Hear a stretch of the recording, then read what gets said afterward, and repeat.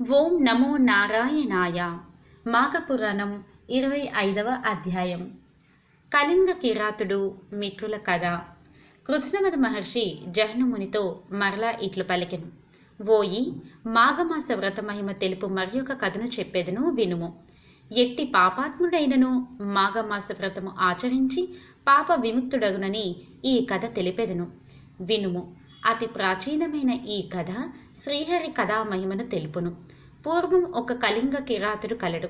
అతడు ఆ ప్రాంతమున సంపద కలవాడు, పరివారం కలవాడు. ఆయుధాలను ధరించి పరివారముతో ఒకనాడు వేటాడుటకు అడవికి వెళ్ళెను. అనేక మృగములను వేటాడెను. అతడు మృగములను వెదుకుచూ అడవిలో తిరుగుచుండగా ఒక విప్రుణ్ణి చూసెను.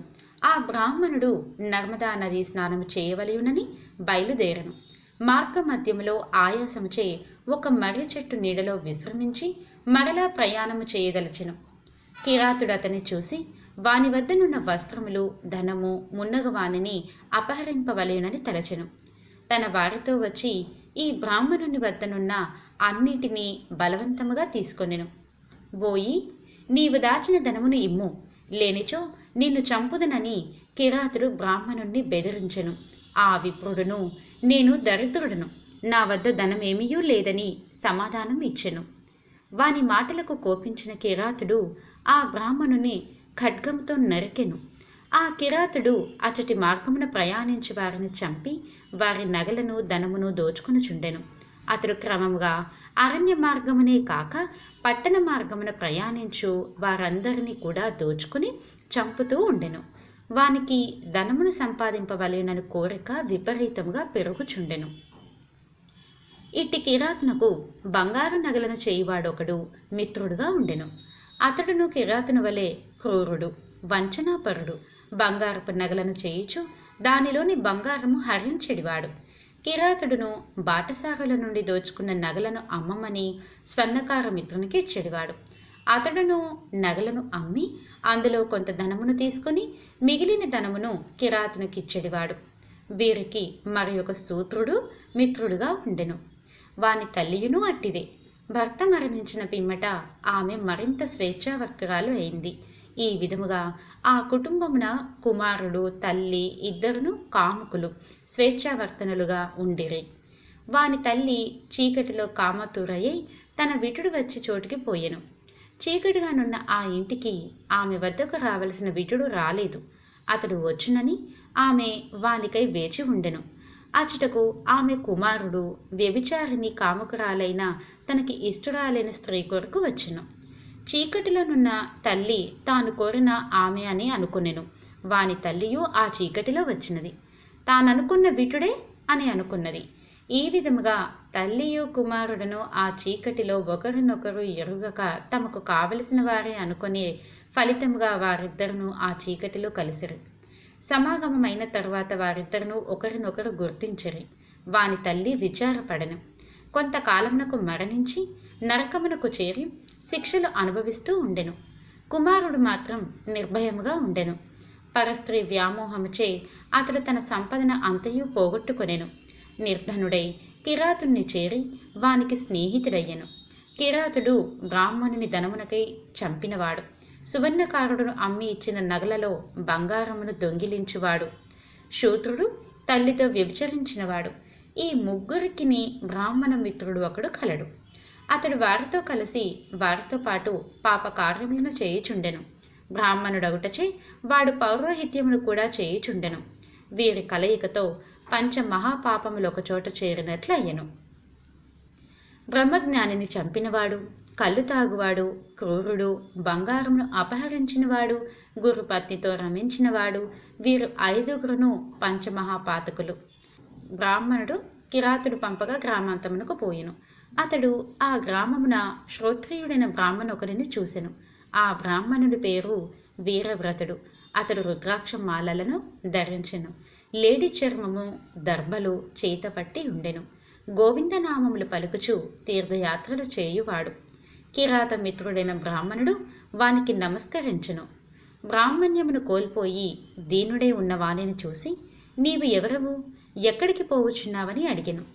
అతడును, నేను బ్రాహ్మణుడను, కిరాతన వద్ద పనిచేయువాడునని పలికెను.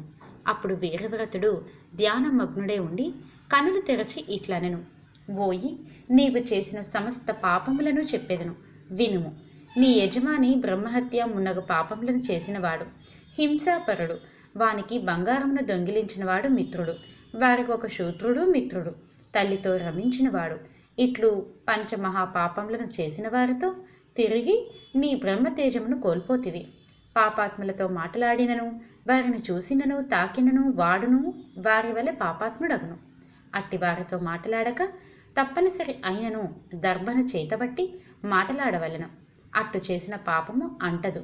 నీవు అట్టి పాపాత్ముల సాంగత్యముచే బ్రాహ్మణత్వమును పోగొట్టుకొని పాపివైతివి. ఇట్టి నీతో మాట్లాడరాదు. బ్రహ్మహత్య చేసినవాడు, మద్యపానము చేసినవాడు, గురుతల్పగమనము చేసినవాడు, బంగారమును దొంగిలించినవాడు, వీరితో స్నేహము చేసినవాడు, వీరు 5 పాపులే.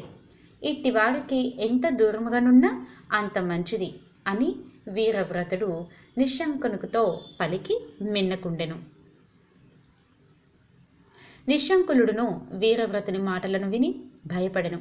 జ్ఞాని, నన్ను దయతో రక్షింపుము. నాకీ భయంకర పాపము నుండి విముక్తి ఎట్లు కలుగును? సర్వపాపహరణ క్షమమైన ప్రాయశ్చిత్తమును తెలుపమని వీరవ్రతుని ప్రార్థించెను.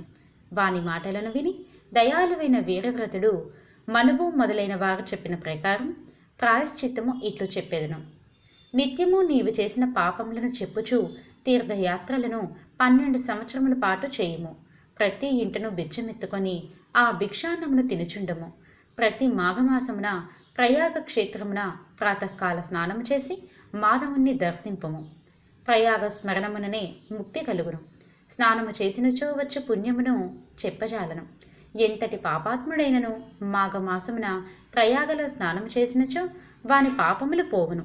కావున 12 సంవత్సరములు పూర్తిగా కానీ సంవత్సరము పాటు కానీ ప్రయాగ మాఘస్నానము ఆచరింపుము. ఆవు తినగా మిగిలిన బియ్యమును వండుకొని తినుము. ఈ ప్రకారం 1 మాసం చేయుము అని అనెను. నిశంకులుడును అట్లే అని అంగీకరించెను. తన మిత్రులైన కిరాతులకు ప్రాయశ్చిత్తమును చెప్పమని కోరెను. వీరవ్రతుడును వాని మాటలకు సంతోషించి నీకు చెప్పిన ప్రాయశ్చిత్తమే వారికిని ఆచరింపదగినదని చెప్పెను. నిశంకులుడును వీరవ్రతునకు నమస్కరించి 12 సంవత్సరముల ప్రాయశ్చిత్తమును చేసుకున్న తరువాత నాకు ధర్మమును ఉపదేశింపగోరుదునని అడిగెను. ఆ ధర్మము అప్పుడు చెప్పుదును పొమ్మని పలికెను. నిశంకులుడును కళింగ కిరాతుడు మిగిలిన వారి వద్దకు పోయి వీరవ్రతుడు చెప్పిన మాటలను వారికి చెప్పెను. వారును నిశంకులుని మాటలను విని భయమును పశ్చాత్తాపమును పొందిరి. వారు వేరువేరుగా తీర్థయాత్రలు చేయదలచి ప్రయాణమయ్యారు. వీరవ్రతుడు చెప్పినట్లుగా భిక్షాన్న భోజనము మాఘస్నానము చేసి పాప విముక్తులయ్యారు. నిశంకులుడు వ్రతమును పాటించుచు తీర్థయాత్రలు చేయుచు కాశీనగరము చేరి కొంతకాలం ఉండి తరువాత ప్రయాగకు పోయి మాఘమాస వ్రతమును ఆచరించెను. అన్ని తీర్థముల స్నానము, పాప నాశనము, ప్రయాగ స్నానము నిశంకులుడును వీరవ్రతుడు చెప్పినట్లు 12 సంవత్సరములు ప్రాయశ్చిత్తము ఆచరించెను. పాప విముక్తుడై వీరవ్రతుని వెదుకుచు నైమిసారణ్యమునకు పోయి వీరవ్రతునకు నమస్కరించి ఇట్లు పలికెను. వీరవ్రతుడు తనకు నమస్కరించిన నిశంకులని లేవనెత్తెను. ప్రేమతో కుశలములు అడిగెను. 2 గడియలు ఆలోచించి ఇట్లనెను, ఓయి, నీ పాపమంతయూ పోయినది. ప్రయాగ స్నానముచే దుష్ట సాంగత్యజ నిజ దోషములు కూడా పోయినది. నీవిప్పుడు బ్రహ్మ తేజస్సుతో ఉన్నావు. మంత్రపూతమగు జలముతో 3 దినములు స్నానం చేయింతును. నిరాహారముగా నీవి 3 దినములు ఉండుము. అప్పుడు నీవు మరింత పవిత్రుడు కాగలవు అనెను. నిశంకులునిచే మంత్రజలమున స్నానము 3 దినములు చేయించెను. నిశంకులుడు వీరవ్రతుడు చెప్పినట్లు నిరాహారుడే ఉండెను. వీరవ్రతుడు నిశంకులనుకు ఇట్లు ఉపదేశించును, ఓయి, నిరంతరము సంతోషముగా ఉండుము. వేద మార్గమును అతిక్రమింపకము. శాస్త్రమును అనుసరించి కార్యములను ఆచరించుము. వివాహము చేసుకొని గృహస్థ ధర్మము ఆచరింపుము. ప్రాణహింసను మానుము. సనాతన ధర్మమును పాటింపుము. సజ్జనులను సేవింపుము. సంధ్యావందనము మున్నగు నిత్య కర్మలను మానకుము. ఇంద్రియ నిగ్రహమును కలిగి ఉండుము. హరుని పూజింపుము. ఇతరుల అపరాధమును చెప్పకుము. ఇతరుల వృద్ధిని చూసి విచారపడకుము. పరస్త్రీలను తల్లివలె చూడుము. చదివిన వేదములను మరువకుము. అతిథులను అవమానింపకము. పితృదినమున శాస్త్రమును మానకుము. చాడీలను చెప్పకము. ఇతిహాస పురాణములను వేదాంగములను పరిశీలించుచుండుము. సిగ్గును విడిచి హరినామమును కీర్తింపుము. పెద్దలు చెప్పిన త్రిపుండ ధారణము చేయుము. రుద్రాక్షమాలను ధరించి రుద్ర సూక్తముతో శివుణ్ణి అర్చింపుము. తులసిమాలను ధరించి తులసి దళములతో లక్ష్మీనారాయణులను బిల్వ దళములతో శివుణ్ణి అర్చింపుము. హరిపాద తీర్థమును సేవింపుము. నివేదాన్నమును భుజింపుము. యతీశ్వరులను గౌరవింపుము. తల్లిదండ్రులను సేవింపుము. నియమముతో మంత్రానుష్ఠానము చేయుము. కామక్రోధాది శత్రువులను జయింపుము. మాఘ స్నానమును మానకుము. మనస్సును అదుపులో ఉంచుకొనుము. చిత్తశుద్ధితో వ్రతాధికము ఆచరింపుము అని వీరవ్రతుడు నిశ్శంకులనుకు ధర్మ ప్రశస్తిని ఆచరణ విధానమును చెప్పెను. నిశ్శంకలుడు వీరవ్రతుని పాదములకు నమస్కరించెను. గురువు అనుమతిని పొంది మరలా కాశీనగరమునకు పోయెను. గృహస్థాశ్రమమును స్వీకరించి వీరవ్రతుడు చెప్పిన ధర్మములను పాటించెను. మాఘ స్నానమును ప్రతి సంవత్సరము చేయుచుండెను. అనేక భోగములను పుత్ర పౌత్రులను పొంది సుఖముగా ఉండెను. తరువాత మరణించి ముక్తిని పొందెను. ఇది మాఘపురాణం 25వ అధ్యాయం సంపూర్ణం.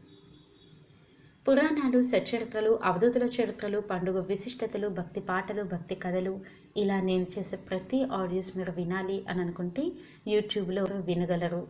మీకు నచ్చితే సబ్స్క్రైబ్ చేయండి, షేర్ చేయండి. స్వస్తి.